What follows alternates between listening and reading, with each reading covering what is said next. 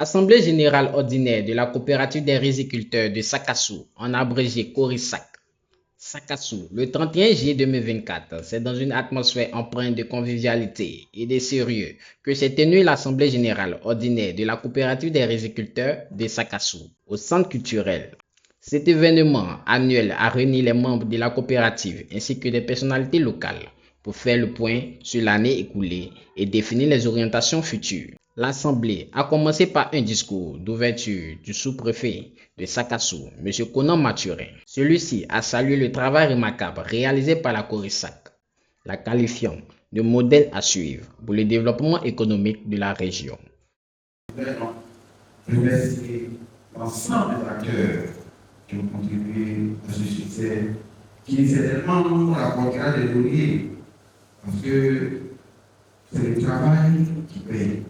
Et cette année, avec ce travail accompli, vous allez encore gagner davantage et davantage de lauriers, je suis sûr, au terme de la campagne.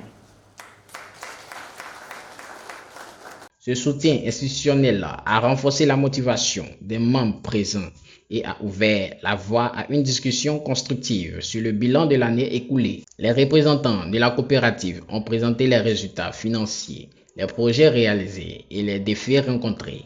L'un des moments clés de cette assemblée générale a été le renouvellement de l'instance dirigeante de la Corisac. Conformément au statut de la coopérative, un appel à candidature avait été lancé. Ainsi, les membres ont été invités à se prononcer sur les nouveaux candidats lors d'un vote à main levée. Surpris ou pas, l'élection a vu la réélection du président sortant du conseil d'administration, M.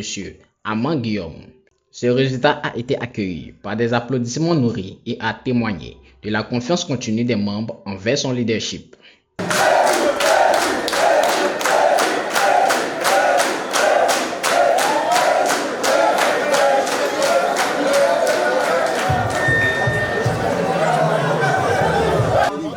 Moi, j'aimerais que l'équipe qui gagne là, on ne doit pas le changer.